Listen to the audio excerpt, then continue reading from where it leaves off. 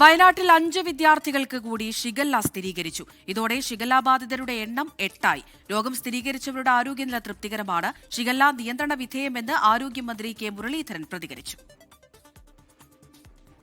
Shigella രോഗലക്ഷണങ്ങളുള്ള 400-ലധികം പേരാണ് സുൽത്താൻ ബത്തേരിയിൽ വിവിധ ആശുപത്രികളിലായി നിരീക്ഷണത്തിലുള്ളത്.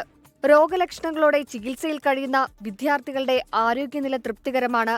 പരിശോധനയ്ക്ക് അയച്ചതിൽ 8 സാമ്പിളുകളുടെ കൂടി ഫലം പുറത്തുവരാനുണ്ട്.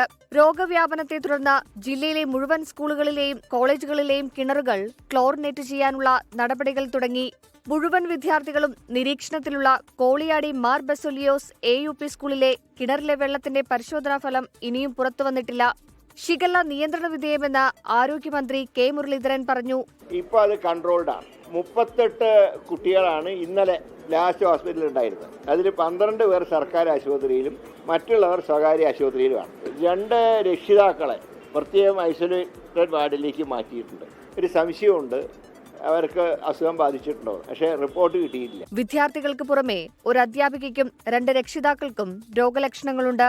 24 വയനാട്.